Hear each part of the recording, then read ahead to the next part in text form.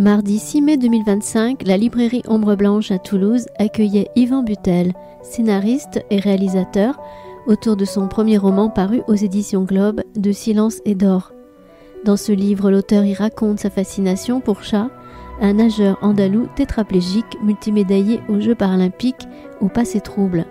Dans ce roman, Yvan Butel enquête sur ce héros national, fervent défenseur de la place des handicapés dans la société, mais qui, dans les années 80, participa à plusieurs actions armées avant d'être arrêté et condamné. À travers Cha, l'auteur ausculte l'Espagne du XXe siècle, où le retour de la démocratie s'est accompagné d'une résurgence de la violence politique. Il dépeint et interroge aussi son amitié avec son protagoniste. La rencontre était animée par Nicolas Vives. Yvan, merci à toi d'être là. Je pense que ça va être un vrai beau moment. On va parler de ce livre qui est sorti il y a quelques mois aux éditions Globe, donc qui s'appelle De silence et d'or. C'est un livre très riche. C'est ton premier livre. Tu es documentariste. J'ai réussi à trouver dans les méandres d'Internet un film. C'est assez difficile à trouver. Il s'appelle Conjurer la peur. C'est un film que tu as fait en 2017. Je me rappelle plus l'année exactement. C'était pile au moment de la première élection de Donald Trump. Oui, ben c'est donc, ça. C'est ça. Ouais, c'est 2017, autour de ce merveilleux livre de Patrick Boucheron qui s'appelle Conjurer la peur sur les fresques de Lorenzetti à Sienne. Les fresques du bon et du mauvais gouvernement qui sont au Palazzo Pubblico. C'est étonnant de le revoir aujourd'hui. Il est quand même d'une merveilleuse actualité, ce documentaire. Alors, je ne l'ai pas revu. Effectivement, quand on fait un film sur l'actualité un petit peu, parce que c'était un petit peu ça, il y avait le côté très ancien des fresques, mais il y avait aussi de les mettre vis-à-vis une forme d'actualité. On se demande toujours comment un film il vieillit, quoi. Et je ne sais pas, je ne l'ai pas revu. Et, si, et c'est très efficient. Et notamment sur cette idée que tu avances, mais avec, je pense, Boucheron aussi, sur ces modes de gouvernance qui ont considérablement changé par rapport. Boucheron, il a étudié beaucoup les villes italiennes de la Renaissance et il part de ça, de la manière dont on gouvernait les populations au XIVe siècle en Italie, de le mettre en rapport avec la manière dont on est gouverné aujourd'hui, c'est saisissant. Oui, c'était ça, c'était des cités-États. Et dans mon souvenir, c'était effectivement des espèces de secteurs de corporations de tisserands, de gens comme ça, qui à un moment prenaient des pouvoirs, des esquisses de démocratie et qui étaient renversés avec presque des systèmes de coup d'État aussi déjà. Donc il y a un côté comme ça moderne d'une démocratie en ébullition dans ces villes-là. C'était une petite parenthèse. On ne va pas du tout parler de cité florentine. Mais on va aller en Espagne, on va aller en Galice. La Galice, on revient sur cette Espagne au travers d'un personnage que tu as rencontré qui s'appelle dans le livre, qui s'appelle Cha. De silence et d'or, c'est un livre sur la résilience, sur la force vitale d'un homme qui va être brisé par un système et qui va s'en relever. C'est pas que ça. Alors Cha est un activiste d'un groupe politique d'extrême gauche dans les années 70, donc au moment de la fin du franquisme et de la transition vers la démocratie. On est en plein dans les années de plomb, mais je pense qu'on va pas mal parler de ça. Pour vous brosser à grands traits, lui, suite à ils sont trois, un attentat où ils vont tuer un industriel, il est arrêté, il est condamné à 80 ans de prison. Enfin, ça doit de le raconter, ça peut-être. Non, on peut dérouler le fil de sa vie comme ça pour marquer quelques étapes, pour permettre après... le récit dans le livre, il est raconté de manière un petit peu moins linéaire, c'est-à-dire que c'est sa vie, en fait, il a eu plusieurs vies et c'est comme un puzzle à reconstituer où il faut démêler les fils ou au contraire essayer de faire des liens. Enfin, les choses, elles s'imbriquent de manière un petit peu particulière chez lui. Mais si on veut esquisser une forme de chronologie comme ça, on peut dire qu'il est né en 57, donc il a effectivement 18 ans au moment de la mort du dictateur Franco. Là, on va fêter entre guillemets, oui, on va fêter les 50 ans de la mort du dictateur en novembre 2025, puisque le dictateur est mort en novembre 75. Donc lui, il a 18 ans quand le dictateur meurt, et puis il est d'une famille, ce qu'on appelle une famille de rouges, c'est-à-dire de gens qui, depuis la guerre civile espagnole, ont été engagés, ont subi des répressions, il y a des disparus dans la famille et tout ça. Il est de cette lignée-là. Il est dans le camp des perdants, en fait, dans le camp des gens qui ont subi la répression. Donc il s'engage, il s'inscrit dans un groupe de lutte armée. Ils prennent les armes, et ça on y reviendra parce qu'ils prennent les armes à un moment très particulier, c'est-à-dire qu'en fait ils arrivent en retard dans cette histoire, ils ne prennent pas les armes au moment de la mort de Franco, ils prennent les armes beaucoup plus tard. Mais on va revenir là-dessus parce que c'est ce qui explique le côté à la fois intéressant et entre guillemets scandaleux de cette affaire, c'est-à-dire que Cha, je l'appelle Cha, c'est pas quelqu'un qui va prendre les armes en 70, en 72, quand la répression est très forte, quand il y a des condamnés à mort. C'est même pas quelqu'un qui prend les armes lui-même en 74, en 75, ou en 76, ou en 77, quand il y a les années de transition, avec là encore de la violence, le théâtre, les galles, les barbouzes. Enfin, il y a plein de choses qui se passent, le pays est en ébullition. Mais lui, c'est encore plus tard. C'est-à-dire qu'il arrive bien plus tard. Il arrive quand, entre guillemets, la démocratie est installée, quand les socialistes arrivent au pouvoir, Felipe González, et c'est à ce moment-là, donc lui, son action, elle est en 83, il rentre en clandestinité. Tout de suite après, il y a cette fameuse action terrible d'attentat, on appelle ça enfin une exécution, voilà, où son rôle, là encore, on y reviendra, son rôle n'est pas clair. Il est condamné à une très longue peine de prison, et en prison, la lutte ne va pas s'arrêter. Je dis les choses très vite comme ça et puis on pourra revenir sur les étapes, mais c'est juste pour avoir une idée un peu très claire de son parcours. En prison, la lutte ne s'arrête pas et les prisonniers à ce moment-là, donc c'est des prisons, ils sont éparpillés dans toutes les prisons et eux, pour protester contre cette dispersion, ils se lancent dans une grève de la faim très très longue et très très dure qui ressemble un peu aux grèves de la faim qui sont connues par la figure de Bobby Sands en Irlande, c'est-à-dire que en prison, la lutte n'est pas finie, la grève de la faim est l'arme qui reste aux prisonniers politiques pour continuer à combattre ou voilà, à s'exprimer. Je crois que c'est 430 jours. Alors lui, oui, je crois qu'il y a ce chiffre-là, effectivement. Il y a ce chiffre-là. Alors ce chiffre-là, il est très étrange parce que personne ne peut rester 435 jours sans manger.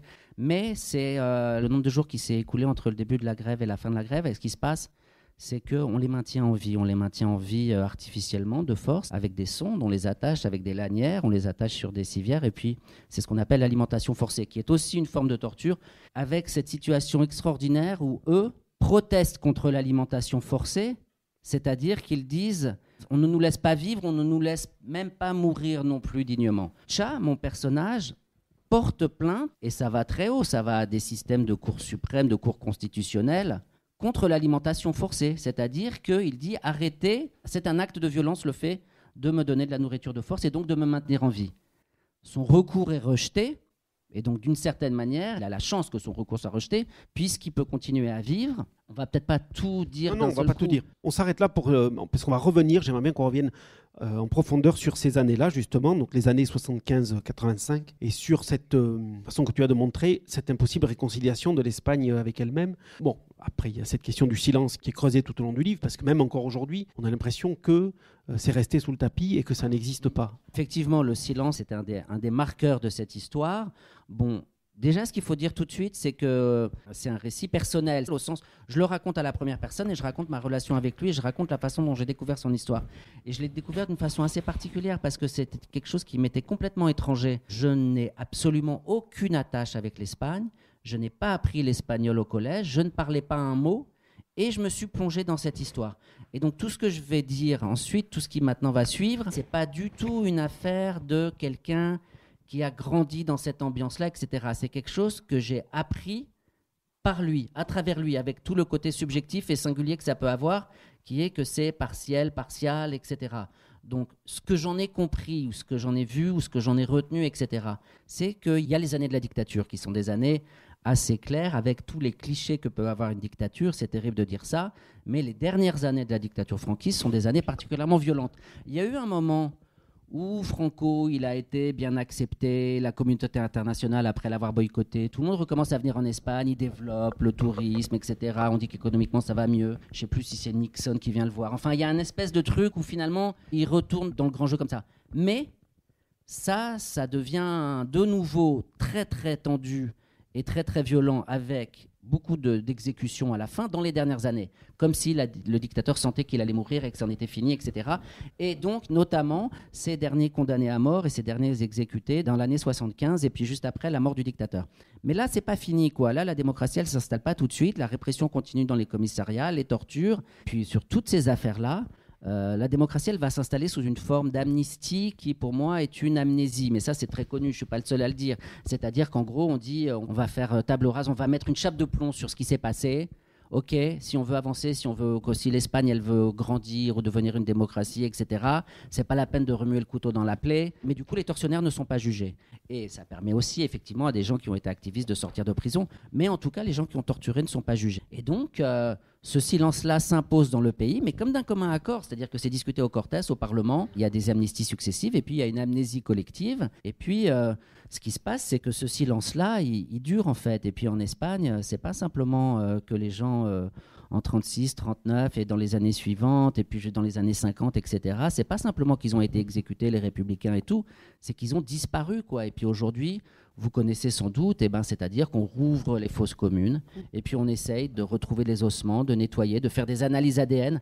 Ça devient presque comme un épisode de série policière, quoi. C'est-à-dire qu'on prend un bout d'ossement et puis on fait une analyse et puis il y a un laboratoire qui se met en place. Maintenant, le laboratoire, il est installé dans cet énorme monument qui s'appelle Valle de los Caídos, qui était le truc à côté de Madrid, qui a été construit par Franco avec le sang et les larmes des ouvriers du camp adverse, en fait, et ben dans ce monument-là, où ont été enterrés des gens, mais enterrés comme ça, enfin complètement, même pas enterrés, en fait, abandonnés, et ben il y a un laboratoire, des policiers scientifiques, des archéologues presque, quoi, en fait, qui cherchent à remonter les traces et puis à redonner chaque ossement à chaque famille de victimes. Et donc, on est dans cette espèce de travail de fourmi complètement silencieux, parce que ça polarise encore complètement. La société espagnole se déchire. Il y en a qui disent que ce n'est pas la peine de dépenser du fric pour faire ça, qu'il faut arrêter, qu'il ne faut pas virer les religieux qui sont là et qui sont pour la plupart vraiment, il y a beaucoup de nostalgiques du franquisme. Voilà, laissons-les tranquilles, laissons-les faire la messe en latin ou je ne sais pas quoi. Enfin, tout prend des proportions énormes, quoi. Et le passé, comme on dit, le passé ne passe pas, quoi, là-bas. Parce qu'il y a eu aussi, enfin, et ça c'est très évident dans le livre, on voit bien qu'il y a une justice à deux niveaux. Il y a un moment où c'est le frère de Cha, tu le cites avec des guillemets, c'est dans le contexte. On fabriquait des tracts, puis un ami avec qui je faisais la revue a été emprisonné, lui et d'autres ont été torturés. Moi, je me suis échappé. Je me suis dit qu'il n'allait pas me torturer simplement pour ça, pour avoir écrit des textes. À l'époque, après la mort de Franco, on n'a jugé absolument personne. Aucun garde civil, aucun policier n'a fait de prison pour avoir torturé ou assassiné. J'ai vu une continuité, bien sûr avec un changement dans la forme, mais une continuité de régime. C'est quand même... c'est là que ça se noue, il me semble. Oui, beaucoup de choses se jouent là, parce qu'en plus, ça c'est donc, on est dans les années juste après la dictature, mais là où il y a cette période trouble en fait, où dans les commissariats, finalement, ça ne change pas grand-chose. Et les tortionnaires continuent à opérer, ils ont peut-être été mutés, ils ont changé de service, etc. Mais voilà, ils reçoivent parfois des médailles d'or, des médailles du mérite et tout ça. Et là où cette affaire, elle prend de l'ampleur et elle se cristallise, c'est qu'elle touche des gens... lui, en l'occurrence, le jeune frère de Cha, c'est comme le personnage secondaire dans cette histoire, mais qui va un petit peu tout déclencher, parce que c'est lui qui va s'engager en premier, qui va subir donc le régime, mais qui va résister au régime, au nouveau régime en place, et qui va être comme ça. Il ne va pas supporter en fait cette espèce de continuité-là. Et lui, c'est quelqu'un qui est épidermique et qui est à vif en fait. Alors que le personnage principal, Cha, est plutôt quelqu'un de placide, est plutôt quelqu'un de peu de mots.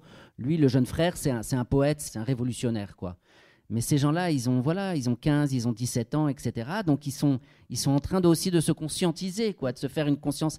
Ils apprennent, mais comme on apprend avec les amis, avec le voisinage, avec les parents, en travaillant sur les chantiers navals. Il y a tout un microcosme comme ça, il y a toute une ambiance et un faisceau de circonstances qui vont faire qu'on va aller à la tragédie, quoi.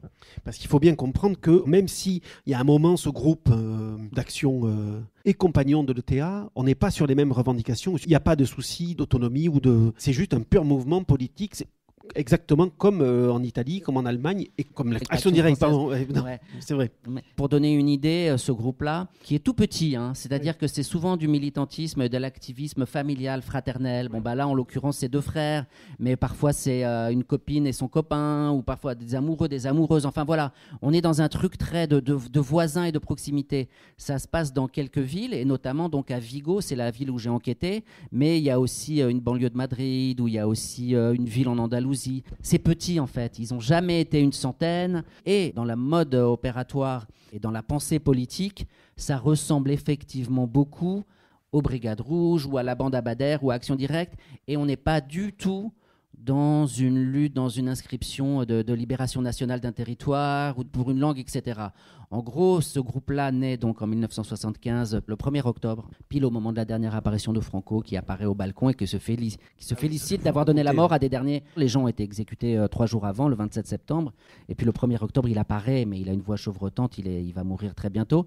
Et ce jour-là, ce groupe-là prend les armes, abat des policiers en disant œil pour œil, dent pour dent, vous avez exécuté des jeunes. On prend les armes de la police, on attaque des policiers, on leur prend les armes. Et ce groupe-là naît donc en 75, pile au moment où la dictature se termine, au moment où le dictateur meurt. Mais tout ça, c'est pour dire qu'on n'est pas effectivement du tout dans l'ETA. Et pourtant, Cha, mon personnage, tout du long, il ne cesse d'être associé à ce qu'on appelle le terrorisme, et à ces années sanglantes, et à ces attentats à la bombe, et à ces voitures piégées, etc.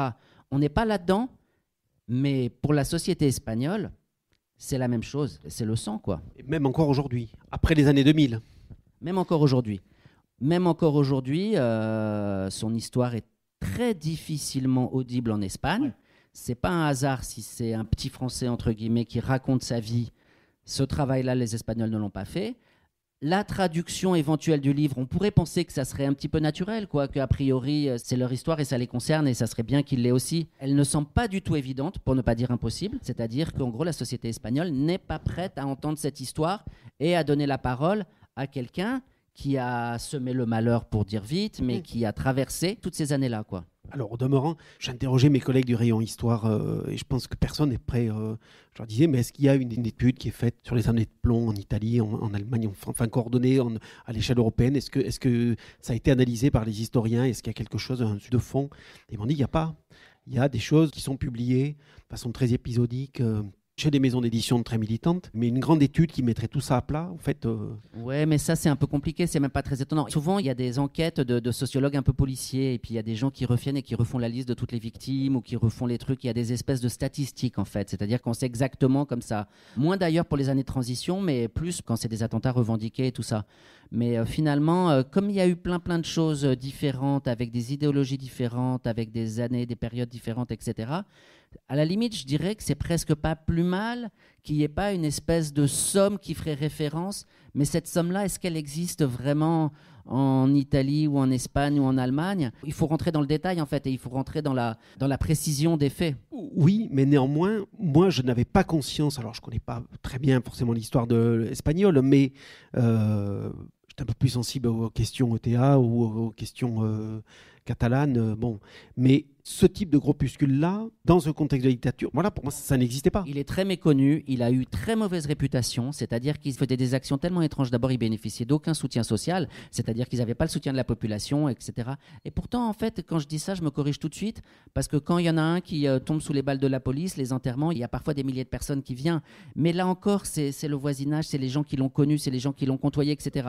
Ils ont toujours eu la réputation d'avoir été infiltrés par la police tout le temps et d'avoir été en fait des provocateurs. Mais ça, c'est parce qu'ils apparaissent très tard, encore une fois. C'est-à-dire que si on dit que la démocratie, elle s'installe à tâtons, comme ça, dans les années 80, avec tous les manques qu'elle peut avoir, mais qu'à ce moment-là, il y a des gens qui continuent à buter des policiers, des juges, des gardiens de prison, etc., la question se pose forcément, mais qu'est-ce qu'ils veulent? Où est-ce qu'ils nous mènent? Qu'est-ce que c'est que cette stratégie, comme on dit, la stratégie du pire, la stratégie de la terreur, quoi. Donc cette question-là, elle s'est beaucoup posée, ce qui fait que ce groupe, il a très mauvaise réputation. Il n'a pas cette espèce d'aura dramatique que peuvent avoir Bader et ses proches, ou que peuvent avoir les Brigades Rouges, ou je sais pas, ou Tony Negri, enfin cette espèce de truc qui a donné aussi des intellos, et puis comme ça, eux c'était pas des intellos, c'était vraiment des ouvriers, c'était des maçons, c'était des gens comme ça qui avaient les mains calleuses, et puis il y avait pas vraiment d'intellectuels, il y avait une sorte de gourou chef qui faisait des discours interminables, mais qui ressemble plus à comme un chef d'État albanais de l'époque d'avant le rideau de fer, quoi. Oui, enfin, c'est pas structuré. Et donc du coup ça empêche cette espèce de côté presque romanesque, ou cette espèce d'attirance, ou le fait qu'on pourrait avoir envie d'aller les voir et d'avoir envie de les rencontrer. À l'époque, hein, je dis, où voilà, il y a ce truc où ils sont isolés d'entrée, en fait. Avant de voir comment toi tu arrives dans cette histoire-là, il y a quelque chose qui m'a beaucoup surpris, c'est la manière dont, en prison, ils se structurent une communauté entre eux. C'est très étonnant. Non, mais c'est en fait, ouais, c'est étonnant, c'est vrai que c'est étonnant. Que les autorités laissaient faire, au moins pendant un temps. Ouais, c'est vrai que c'est étonnant. Il y a un film génial qui est une archive, en fait, c'est-à-dire qu'eux-mêmes parviennent à introduire une caméra dans la prison et se filment eux-mêmes.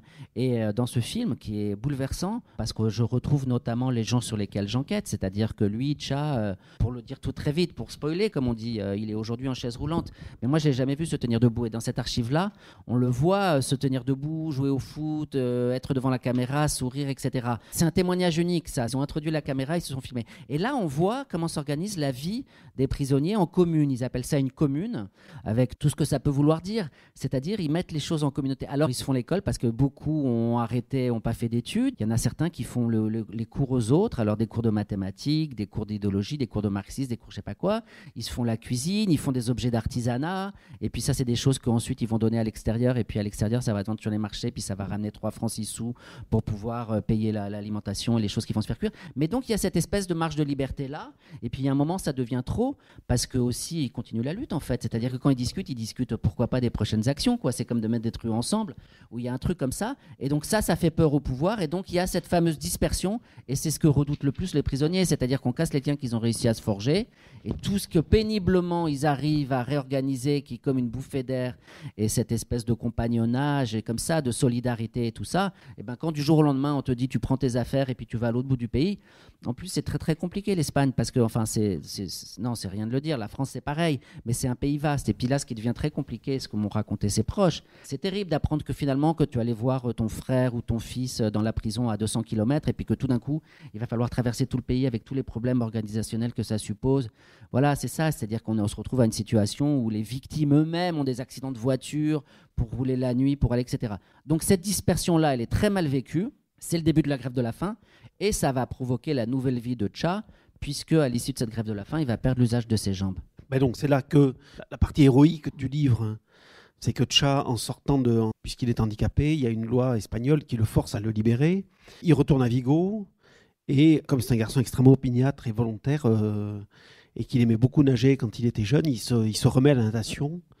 Et en 2000, il gagne 4 médailles d'or aux Jeux Olympiques de Sydney en natation handisport. C'est à ce moment-là que toi, tu le rencontres. C'est à ce moment-là que j'entends parler de cette histoire. Ben alors comment ? Mais juste avant, pour revenir à ce que tu dis, les choses se sont même jouées de manière encore plus étrange, puisque c'est pas il sort de prison et puis il se lance dans la natation.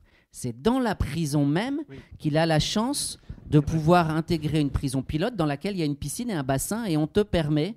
Et là, il a aussi la chance de croiser sans doute des gens, des infirmiers ou des matons ou des gens comme ça qui lui tendent la main et qui sentent qu'il y a quelque chose possible à faire avec lui. Peut-être on ne parle pas encore de réinsertion, mais en tout cas, on peut peut-être discuter avec cette personne-là, Cha, qui a fait partie du groupe, qui a été un des plus courageux, des plus téméraires, des plus jusqu'au boutistes dans la grève, mais qui a fini la grève donc à la fin, qui n'a pas pu se lever, et on lui a amené une chaise roulante, et voilà. C'est pas évident d'imaginer qu'est-ce que c'est que la vie en prison à l'époque, hein, on est dans les années 80, fin des années 80, début 90, qu'est-ce que c'est que de passer plusieurs années en prison en chaise roulante ? C'est-à-dire que tout est compliqué déjà en prison, mais alors en prison en chaise roulante, souvent les prisons, je pense qu'elles sont pas équipées, en fait, voilà, elles sont pas adaptées. Lui, 2 marches d'escalier, ça le bloque, ça le fout en l'air, quoi. Si on veut arrêter sa course et son mouvement, tu mets une marche d'escalier et il peut pas, quoi. Ou alors il descend de sa chaise et puis il se met sur les fesses et il doit descendre les marches ou grimper les marches sur les fesses, ce qui est très très humiliant. Mais ça, je l'ai vu faire ça. C'est-à-dire qu'il y a un moment où voilà, la personne qui est en chaise roulante, je ferme la parenthèse. Donc il passe quelques années en prison en chaise.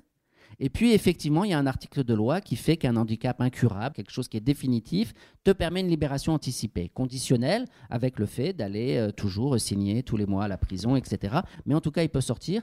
Et donc, puisqu'il a découvert la piscine en prison, et on lui a dit que ça allait lui faire du bien pour des trucs très concrets, c'est-à-dire du poids des vertèbres sur son corps, le fait d'être toute la journée dans sa chaise, comme ça, c'est quelqu'un d'assez massif, hein, qui est balèze, quoi. 80, oui, c'est ça, un truc comme ça. Et donc, voilà, donc l'eau, tout simplement, pour les histoires d'apesanteur et tout ça, tu te sens plus léger. Et il y a ce moment très émouvant où il découvre qu'est-ce que c'est que de se sentir bien dans l'eau en n'ayant plus l'usage de ses jambes, et donc d'avancer juste à la force de ses bras. Et donc, c'est une nouvelle vie. Là, c'est sa deuxième vie, en fait. Si on dit que sa première vie est... C'est un peu caricatural de dire ça, c'est un peu schématique, mais si on dit que sa première vie était dans la lutte, sa deuxième vie, c'est la vie d'un champion. Et donc, il va s'inscrire donc aux Jeux paralympiques et il va tout gagner. Et c'est à ce moment-là que son passé lui revient en pleine face. C'est-à-dire que quand il revient des Jeux, c'est pas juste « Waouh, génial, ce champion génial, il a gagné 4 médailles, il est incroyable, il a gagné 5 médailles d'or à Sydney en 2000 ». C'est OK, il y a ça. Mais rappelez-vous qu'est-ce qu'il a fait, peut-être que tout le monde ne le sait pas, et c'est pas mal de le rappeler. Donc il y a un gros titre en Espagne, de la prison au podium, hein, son parcours résumé en 4 mots, quoi. Et puis à ce moment-là, je tombe sur cet article, ou plus exactement, puisque je ne parle pas espagnol, ça c'est un article en Espagne, je tombe sur un petit entrefilet, quelques lignes dans l'équipe qui reprennent la dépêche, quoi. La dépêche qui a alors, ce mec est scandaleux, il est contraire à l'esprit olympique, c'est comme ça qu'on parle à l'époque. Est-ce qu'il faut lui laisser ses médailles ? Et moi, à ce moment-là, ça fait tilt dans ma tête. C'est le moment où je commence à m'intéresser à comment regarder le monde avec une caméra, en racontant des histoires, etc. Je suis à la recherche, moi, de ce genre de choses. Et là, par mon passé, ce mélange un petit peu comme ça, explosif, de champion sportif, rattrapé par son passé, impliqué dans la lutte, aller jusqu'à la violence politique, effectivement, ça m'attire et je lui écris une lettre. Je me fais aider, parce que je rappelle encore une fois, je n'aurai de cesse de le rappeler que je ne parle pas un mot. Je me fais aider, j'écris la lettre en français, je demande à un copain de me la traduire, et puis je trouve son adresse. Je trouve quelqu'un qui l'envoyait, qui va lui transmettre. Et puis je lui dis, je voudrais juste venir te voir, etc. Et c'est là le début d'une grande aventure qui va durer 20 ans de rencontres avec lui et d'essayer de creuser son histoire et de suivre ce personnage extraordinaire. À la fois d'enquêter sur son passé et en même temps de le suivre au jour le jour jusqu'à l'accompagner au jeu.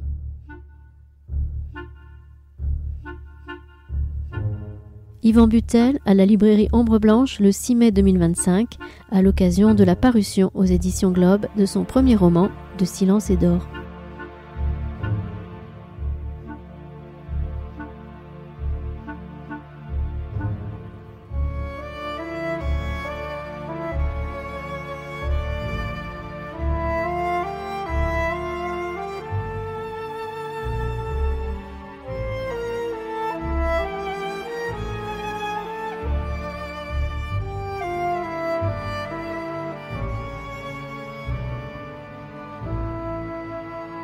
C'est là qu'on fait une incise parce qu'il y a quand même présent dans le livre aussi ce narrateur qui est toi. Et on voit bien comment c'est pas anodin si tu vas vers cette histoire-là, parce que tu nous dis que tu es très intéressé par les répressions à Gênes en 2001 au moment du G8, que dans ton passé familial, l'idée de la lutte comme ça est très présente aussi. Alors ça, j'aimerais bien juste vraiment comme une incise. Qu'est-ce qu'il y a dans ton parcours chez toi qui continue à te fasciner pour ce type d'histoire-là ou ces personnages-là C'est compliqué de dire exactement un truc précis qui ferait que je me porte vers ce genre d'histoire-là à ce moment-là de ma vie. Je crois que d'abord c'est un certain... je vais un peu esquiver le truc, c'est-à-dire que ça arrive à un certain moment de ma vie où, comme je disais, je commence à avoir envie de regarder le monde d'une certaine manière et presque de le transmettre et d'en être témoin ou de recueillir, d'être le dépositaire d'une forme d'histoire dont je sens bien que ces gens-là commencent à avoir un certain âge. Bon, lui, il est assez jeune, mais peut-être, là, je pense aussi, peut-être, sans me l'avouer, à la génération de mes parents, etc. C'est-à-dire qu'il y a un peu une parole à recueillir ou à enregistrer ou des gens à filmer, etc. Donc, c'est presque une démarche. Ça a été lui, ça a été son histoire, mais ça aurait pu être quelqu'un d'autre. Je n'avais aucune attirance pour l'Espagne. Il se trouve que c'est un nageur espagnol qui a fait de la lutte armée, mais ça aurait pu être un cambrioleur qui faisait de l'aviron au Pakistan, ou je ne sais pas. Enfin, il y a un truc comme ça. Ce qui compte d'abord, c'est la démarche, c'est-à-dire que cette histoire-là, je l'ai presque adoptée, embrassée, aimée, avant même de la connaître dans les détails. De toute façon, ça allait me plaire. De toute façon, ça allait m'intéresser. Parce que j'allais m'en imprégner, et puis parce que j'ai très vite compris, surtout la clé, c'est que c'était quelqu'un qui ne parlait pas. Et pour moi, ça, c'était une chance unique. Parce que ça me permettait de m'engouffrer et de trouver ma place. Et de m'engouffrer dans ses silences et de pouvoir rester à côté de lui. Finalement, j'allais dire l'écouter, mais non, il n'y a pas grand-chose à écouter. C'est juste à être le témoin de sa vie, etc. Et il a accepté ma présence. Et ça suffisait. Il a dit, OK, t'es le bienvenu, je ne vais pas te raconter, je ne vais pas te faire d'aveu. Tu ne vas pas savoir la vérité, tu ne vas pas savoir exactement où j'étais le jour où on a tiré, tu ne vas pas savoir exactement pourquoi, par A plus B, pourquoi je me suis engagé. C'est à toi un petit peu de trouver tout ça, mais si tu es le bienvenu, voilà, regarde, là il y a une place, tu peux te mettre là et tu peux rester à côté de moi. Et ça, c'était gagné, quoi. Alors, ça m'amène presque... Je me posais cette question de pourquoi cette histoire n'avait pas pris la forme d'un documentaire filmé. Peut-être que là, on a un début de réponse, c'est parce qu'il n'y avait pas matière, en fait. Exactement, c'est compliqué. D'abord, très concrètement et très honnêtement, j'avais un producteur, etc. Mais sans doute, j'étais pas prêt. Sans doute, lui, Tcha, n'était pas prêt. Le producteur n'était pas prêt. Il faut un moment un espèce de truc un peu moteur, quoi. Qui n'a pas forcément littérature. Enfin, il faut rencontrer un éditeur. Mais où pas besoin, le texte peut être dans un tiroir et le texte peut exister même sans publication. Mais... c'est plus compliqué en cinéma. Il y a quand même une économie, il y a plus de sous à chercher. Il y a un moment, ça a bloqué. Comme tu dis, ça a bloqué aussi parce que c'est une affaire de silence où la vérité est dans ce silence et entre les mots et tout. Et interviewer quelqu'un qui ne veut pas vraiment parler ou qui résiste ou qui sourit juste quand on lui pose une question, on peut faire des très beaux films sur le silence, mais c'était quand même un petit peu du coup du registre de l'aveu. Je te questionne, je te tacle, j'y reviens.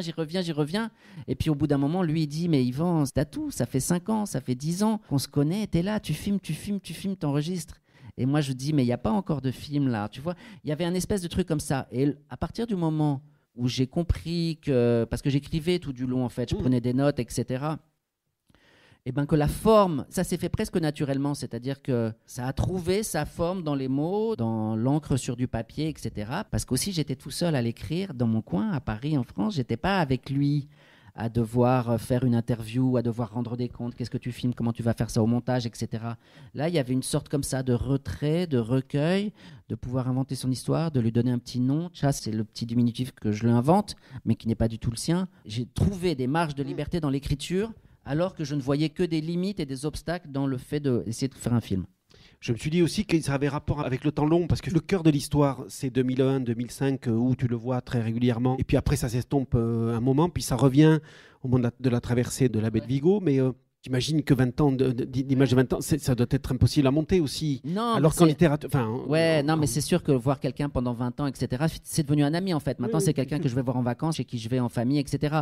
Donc au bout d'un moment, il y en a marre d'amener une caméra. Et puis le mec lui-même, il en a marre, quoi. C'est-à-dire que tu peux venir 1 an, 3 ans, 5 ans. Ou d'un moment, il te dit, bah vas-y, viens sans caméra, la prochaine fois, ça nous fera du bien tous les deux.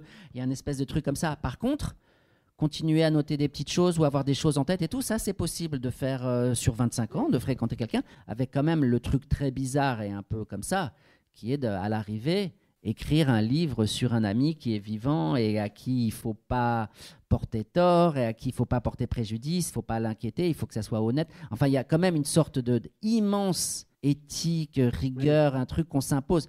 Parce que quand même, moi, je n'arrêtais pas de travailler sur son affaire.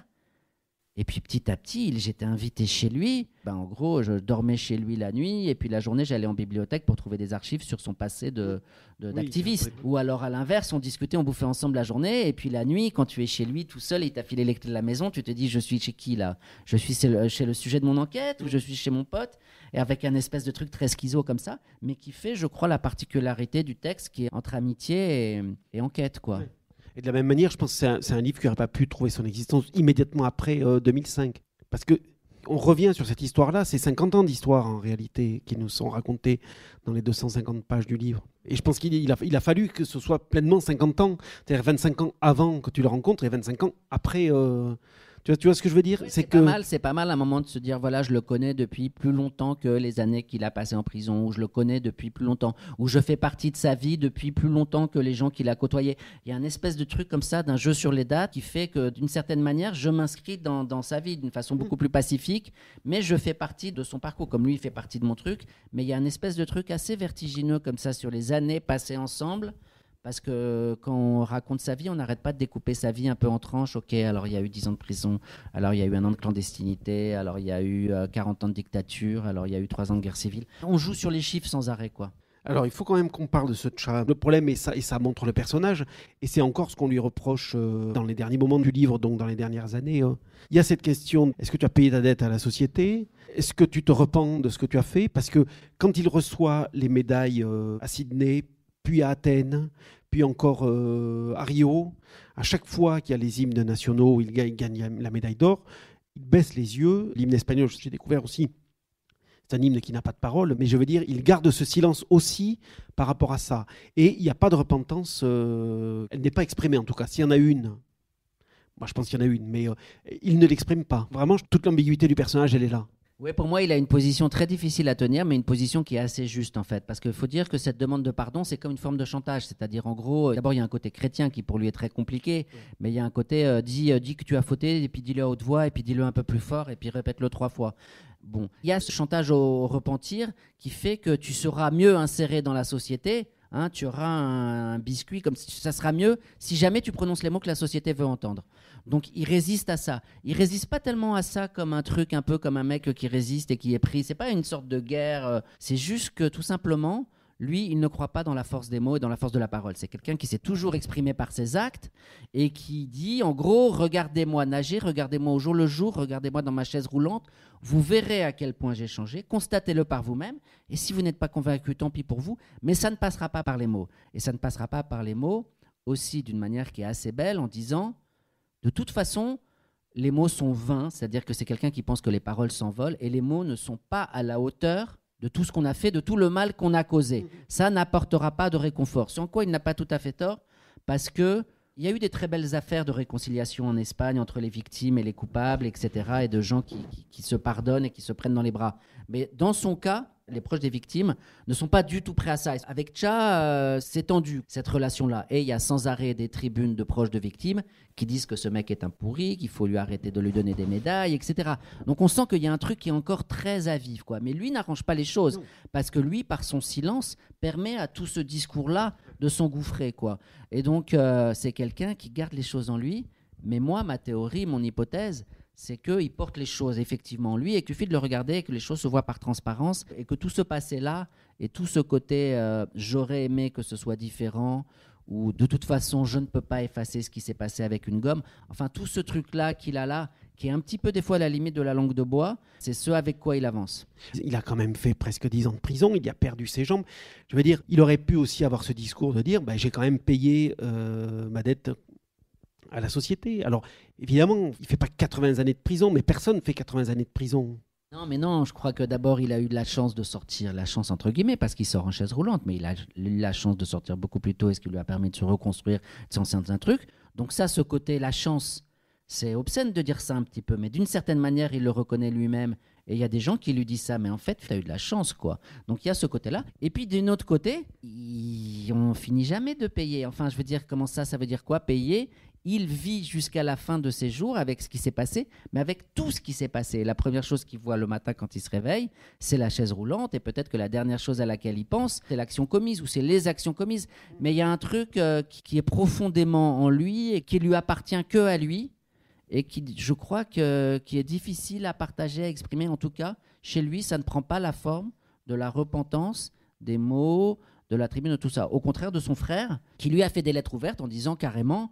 on s'est planté, on a semé le malheur, il ne fallait pas prendre les armes. Son frère, lui, a fait cette démarche-là. Et d'ailleurs, par un étrange retour de l'histoire, son frère en souffre beaucoup. Son frère est comme torturé par ce passé, avec tout le questionnement de à quoi ça a servi, etc. Son frère est encore très, très, très impliqué idéologiquement, est encore comme un militant.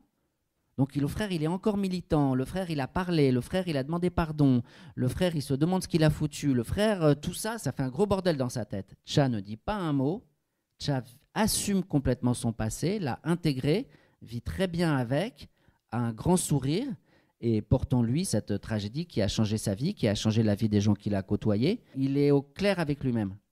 Il y a un moment que j'ai trouvé assez bouleversant, c'est tu es chez lui et vous regardez une boîte avec des photos. Il te montre des vieilles photos et puis il te dit les vieilles photos doivent s'abîmer, c'est comme les monuments, ça doit s'abîmer. Je me suis dit qu'il y avait quelque chose peut-être, question à te poser autour de qu'est-ce qu'on fait de ces souvenirs. Parce que les souvenirs, il faut que ça s'abîment pour qu'ils continuent à vivre. C'était une façon aussi de te poser la question de comment Cha aujourd'hui entretient ce souvenir de ces années de lutte là aujourd'hui, où effectivement il montre par ses actes, comme tu le dis, qu'il a changé. Et malgré tout, ça reste vivant. Vu que ce passé ne passe pas, puisqu'on ne lui jette pas ce passé à la figure tout le temps, mais malgré tout, comment on vit avec ce passé-là Et lui, le passé, il est rangé dans une boîte, quoi. Le passé, il est là où il doit être. C'est-à-dire que le passé, pour lui, il est là où il doit être. Il est en l'occurrence dans une boîte qui prend la poussière, qu'il ouvre de temps en temps, et surtout dont il accepte de regarder, parce que les choses ne sont pas tabous, il accepte de regarder les choses avec une forme de sourire ou de dérision, c'est-à-dire qu'on peut se moquer. J'ai été impressionné par la façon dont on peut sourire en évoquant telle ou telle anecdote de prison, quand on peut évoquer tel chef qui faisait, comme je disais, un discours interminable, etc. Donc il y a une espèce de truc où rien n'est mythifié, rien n'est sur un piédestal. Les choses ne sont pas sous la forme de statues à laquelle on ne touche pas. Et il n'est pas comme quelqu'un qui dirait ces années-là étaient sacrées. Et il n'est pas quelqu'un non plus qui dirait... ces années-là ne valent rien. Ces années-là, c'est ce qu'on appelle le passé, quoi. Moi, dans cette affaire-là, je n'avais qu'une envie, c'était d'aller sur les traces du passé. Mais à un moment, il me regarde, il se marre, il dit « Mais attends, ça rime à quoi, ça, ce truc-là ? On est là ensemble, on mange ensemble, on boit ensemble, on fait des trucs, on discute de tout, tu me suis aux Jeux Olympiques, etc. Mais regarde-moi nager, quoi. » Enfin, il y a une espèce de truc où la force du présent, ce qu'on est là en train de vivre, en train de partager ensemble, etc., à un moment, c'était presque absurde, cette quête des poubelles de l'histoire et de savoir dans quel état d'esprit tu étais au moment où tu conduisais la voiture, de je sais pas quoi. On se retrouve presque dans un truc ou de flic ou de truc complètement qui n'a plus aucune réalité. Voilà, j'en suis vachement revenu à ça, à ce côté essayer de retracer la vérité des faits de l'époque et tout ça. Romanesque en tout cas. En sa compagnie, ce qui est impressionnant, ce qui s'impose, c'est sa présence au quotidien et ce qu'on peut partager avec lui. Ce qui n'empêche pas qu'on évoque toutes les questions. Et il faut juste que chaque chose est à sa place. Cha et peut-être son frère aussi en partie m'ont rappelé, fait penser à Eri De Luca. Façon d'être un peu aussi taiseux. On sait bien qu'Eri De Luca, il a tout ce passé militant, il n'en parle plus aujourd'hui. Et puis il y a cette espèce comme ça de posture assez silencieuse. C'est un écrivain qui justement a su mettre des mots et mettre des mots sur le silence ou ce qu'il n'arrivait pas à dire. Encore une fois, Cha, il n'y a pas un livre dans sa bibliothèque. Alors que le frère, il y a de la poésie, il y a de la très belle poésie écrite en prison.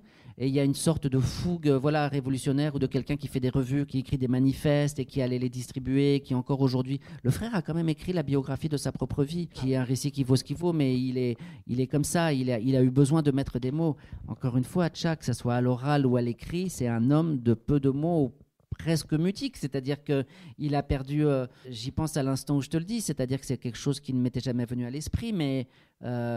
il a perdu l'usage de ses jambes, mais on pourrait presque dire un peu de manière caricaturale qu'il a aussi perdu sa langue, quoi. Peut-être faire circuler le micro si vous avez des interrogations, des commentaires. Peut-être ma question elle est très niaise, mais je la pose quand même. Oui. Parce que c'est un personnage qui est réel, qui a existé.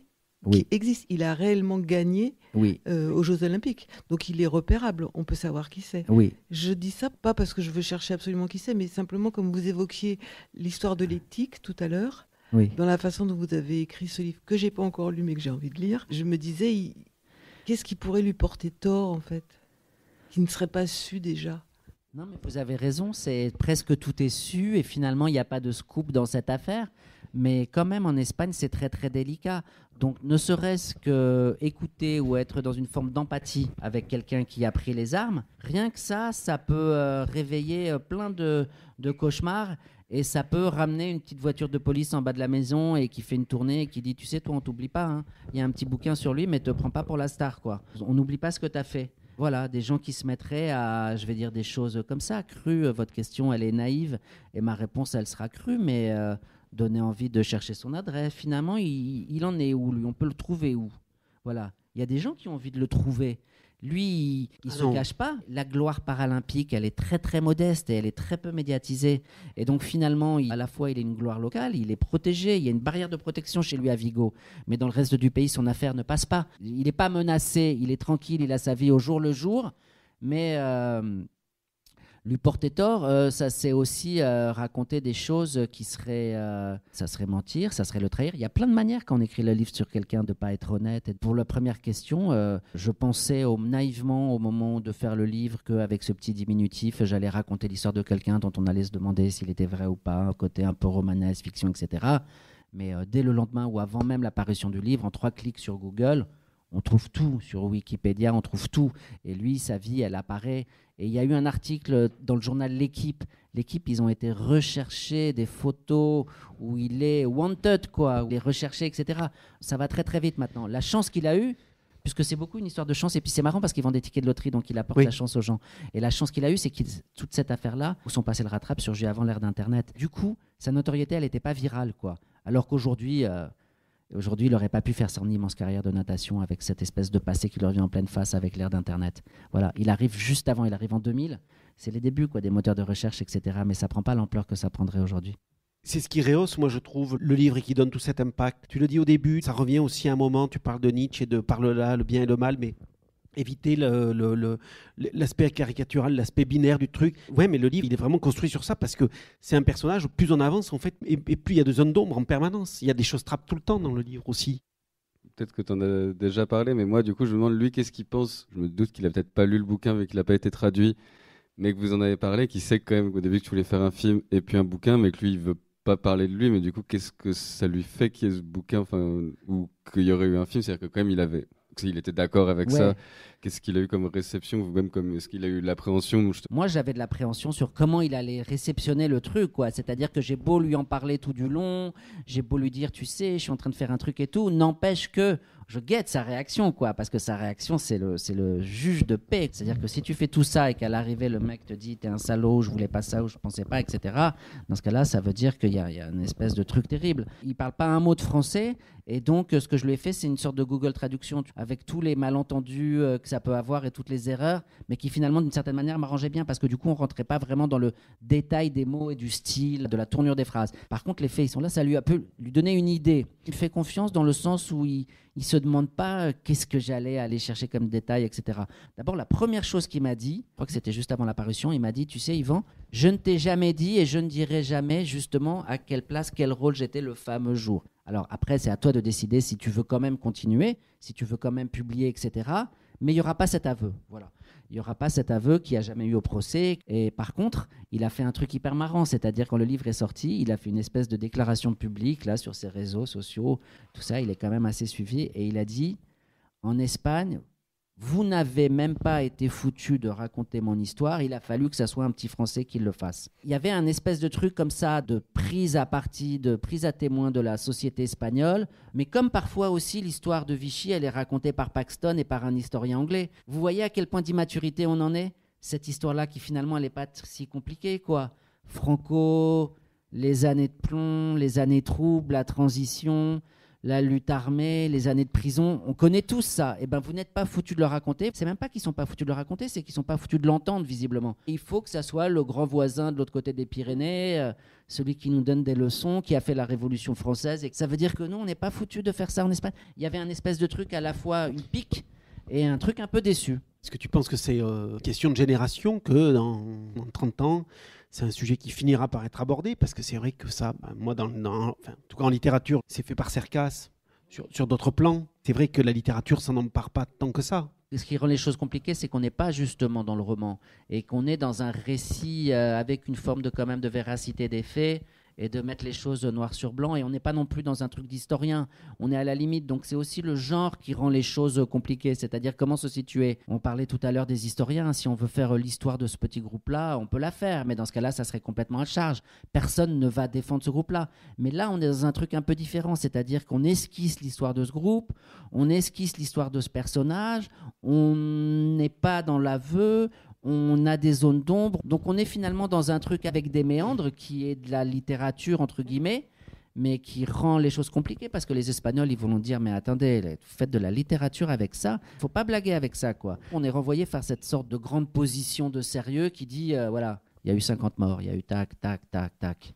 Voilà, à ce moment-là, ça empêche à la limite presque toute création littéraire. Enfin, mais j'en sais rien. Je pense que ça serait possible, je sais pas. Merci beaucoup Yvan.